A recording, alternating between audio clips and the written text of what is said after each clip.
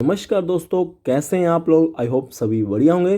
तो गैस होता जो ऐसा है कि 5 महीने पहले एक न्यूज़ निकल के आती है। गैस देखिए, 5 महीने पहले एक न्यूज़ निकल के आती है।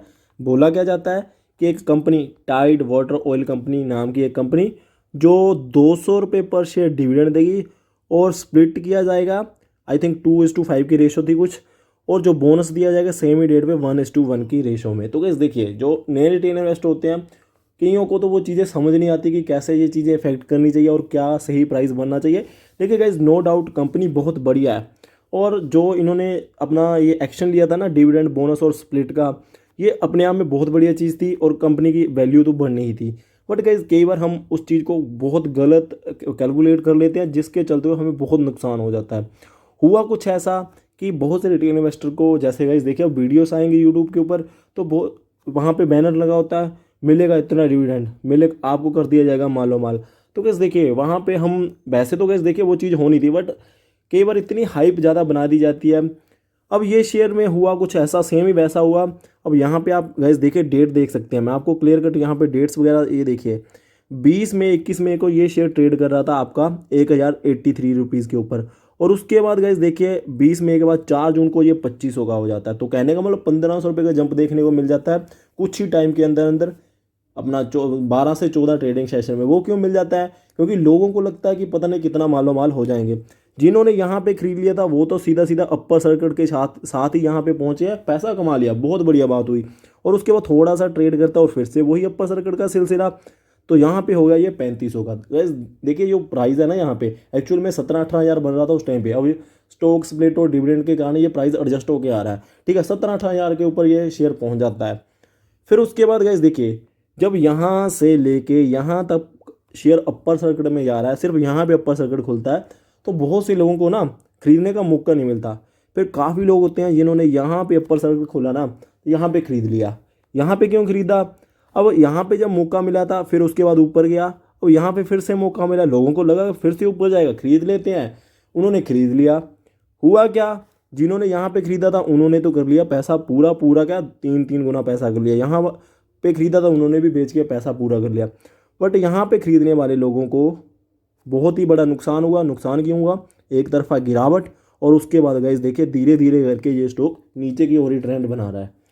गाइस नो डाउट कंपनी बढ़िया है, बट अब क्या है, अब पता क्या बात है, अब बड़ी वाली बात तो, जिन्होंने यहाँ पे खरीदा उनको कोई मतलब ही नहीं है, उनको तो ठीक ही है, कोई ज़्यादा नुकसान नहीं है। जिन्होंने यहाँ पे खरीदा था उन्होंने आधों ने बेच दिया होगा, बाकियों को थोड़ा सा माइनर सा नुकसान है, या फिर इक्वली है उनको भी कुछ नहीं, क्योंकि डिविडेंड भी मिल चुका है। बट इन्होंने यहाँ पे खरीदा था ना, अब वो क्या सोच रहे होंगे कि ये शेयर फिर से 3500 का हो जाए और लगभग यहाँ से डबल, फिर हमारा पैसा पूरा हो जाए।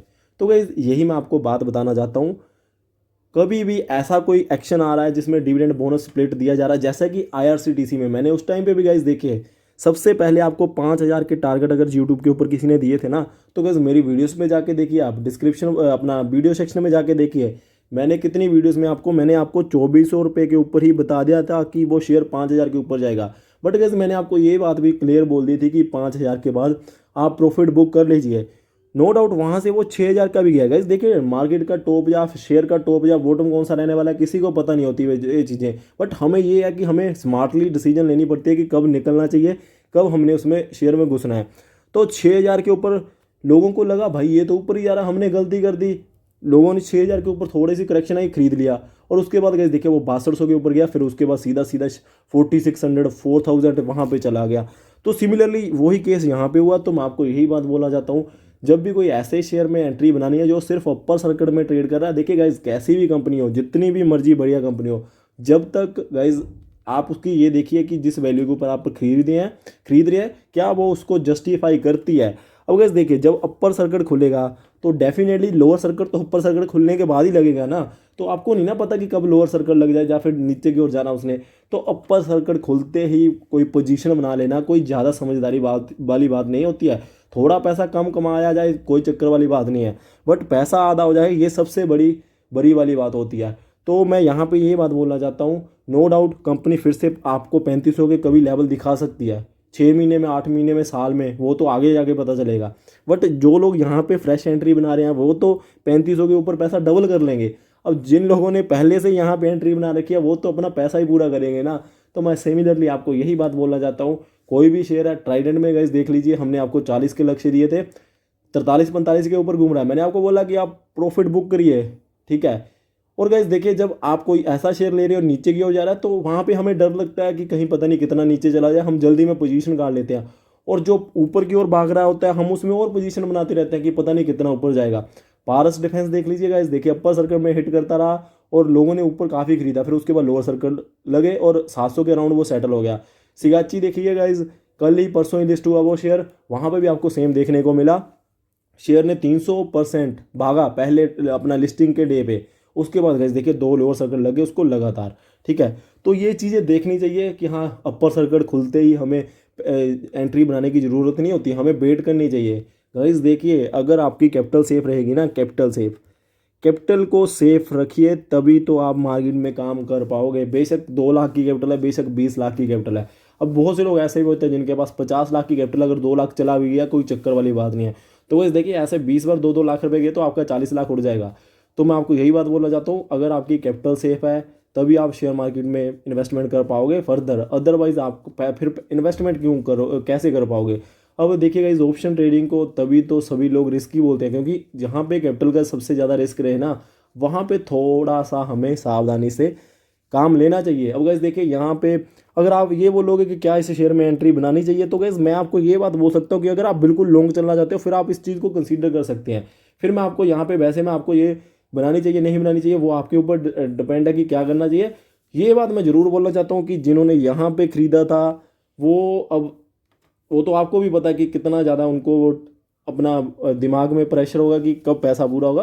तो उनको मैं ये बात बोलना चाहता हूँ कि अगर इसमें एवरेज करना चाहते हो तो बेस्ट यही है कि जब तक आपको पॉजिटिव मूवमेंट नहीं दिखाई देता तो थोड़ा सा वेट करिए, अदरवाइज जो आपको और भी अच्छे शेयर देखने को मिलते हैं वहाँ पे भी आप एंट्री बना सकते हैं। और गाइस देखिए, कुछ ही टाइम पहले मैंने टाटा पावर की भी वीडियो बनाई है ना, वहाँ पे मैंने आपको ये बात क्लियर कट बोली है।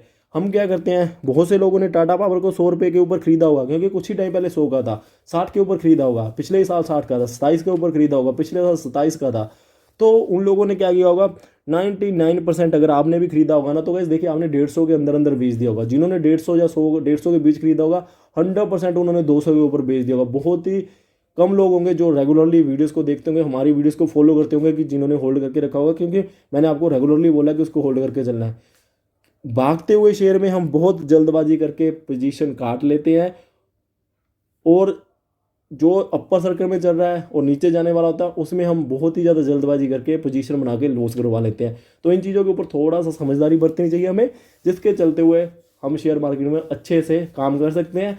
बाकी गाइस देखिए, शेयर मार्केट को अगर आप ऐसे सोच रहे हो कि हाँ हमने तो डेली का डेली यहाँ से ही पैसा कमाना है, तो गाइस फिर उसके लिए जल्दबाजी में मैं आपको फिर से वही बात बोल रहा हूँ, नुकसान ही होता है। तो बेस्ट यही है कि आप क्या करिए, आप पहले इन्वेस्टर बनने की कोशिश करिएगा। इस देखिए, अगर नो डाउट ऑप्शन ट्रेडिंग में काफ़ी पैसा है, तो दूसरी साइड ये भी है उसकी कि वहाँ पे आपका 100% कैपिटल का रिस्क भी रहता है, ठीक है। तो वैसे देखिए, मैं आपको कॉल दे दूँ कि हाँ कल को आपने ये चीज़ लेनी है, तो वैसे 50% चांस होते हैं ऊपर जाने के या नीचे जाने के। वहाँ पर आप 50% पैसा कमा भी सकते हो, 3 गुना पैसा भी कर सकते हो एक दिन में, और 50% आप पैसा गवा भी सकते हो, ठीक है। इक्वल चांसेस है। बट वैसे देखिए, जो इन्वेस्टमेंट होती है अगर सही तरीके से की जाए तो 100% आपकी कैपिटल सेफ रहती है।